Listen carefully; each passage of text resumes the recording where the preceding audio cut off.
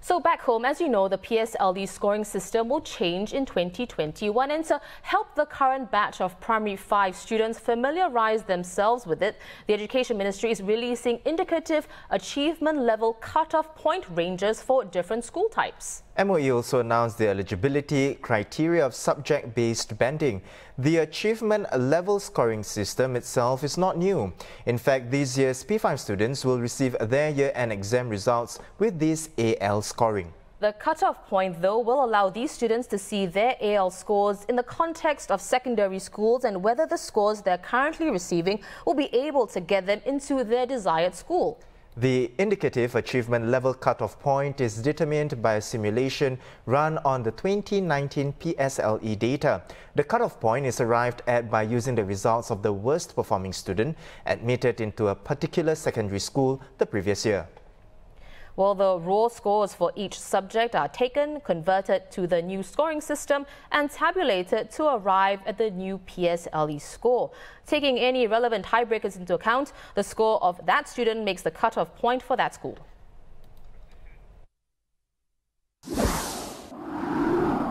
To help us further understand these updates is education correspondent Amelia Ting.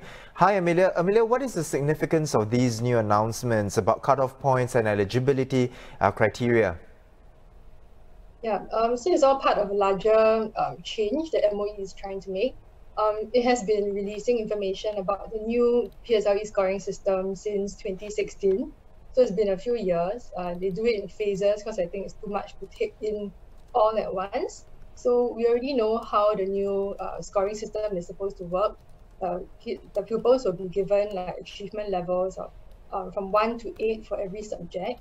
And then you get a total PSLE score, which will be the sum of each achievement level for each core subject. So today's announcement is about the indicative cutoff scores that schools will have next year.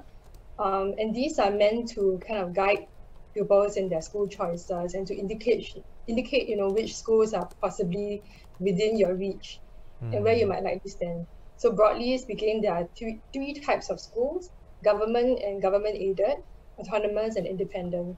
So if you were a primary 5 pupil this year, you would be looking at your end of year school exam results, and then these will be given to them in the new scoring format. And then you would try and look at, what type of schools you are eligible for and what type of schools you are likely to make it into. This cutoff is based on a simulation. So how accurate can we expect it to be? Yeah, so these cutoff scores are based on last year's primary 6 data. So last year's batch and how well they performed in the PSLE and also their school choices. So it's a simulation. The cutoff point every year can vary, but largely the trends are quite stable. They don't change very much from every year. But of course, these cutoff points given today are also ranges. So it's not one specific score.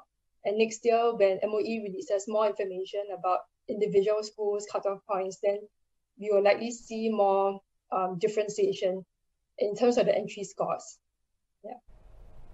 Right. Amelia, when students have to rank their preferences for secondary schools, they feel their choices in a particular order from most preferred to least. That is one of the new type breakers when students with the same score are competing to get into the same school. How significant is this? So in the new PSLE scoring system, school choice will be a new tiebreaker. And yes, it will matter a lot more in the new system because in the new system, there are wider scoring bands, and wider scoring bands means you have more students with the same PSLE score because we don't have the fine T-score anymore. So making school choice a part of the posting exercise is MOE's way of also trying to send a signal to parents and students that you cannot choose schools anymore solely based on your results. And you are kind of forced to look at other aspects, consider other things about a school. Maybe it's programs, it's CCAs, the distance of the school to your home, its values and ethos and all these other things. And in other words, you have to look at how a school might be a good fit for your child, not just look at what school you can get into based on your PSLE score. I see. Well, thank you, Amelia. That was education correspondent for the Straits Times, Amelia Teng. Read all about this story at straitstimes.com.